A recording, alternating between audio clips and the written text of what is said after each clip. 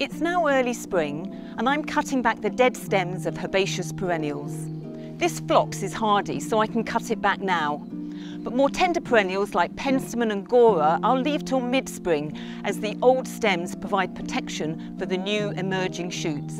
These stems are all dead, so I don't need any of this, so I can cut them all right down at the base, and that leaves space for the new stems to grow through this year.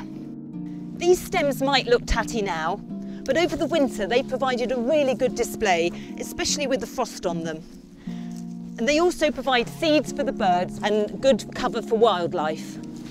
These old stems can all go on the compost heap now. And this support can stay here so that the new stems can grow up through it this year.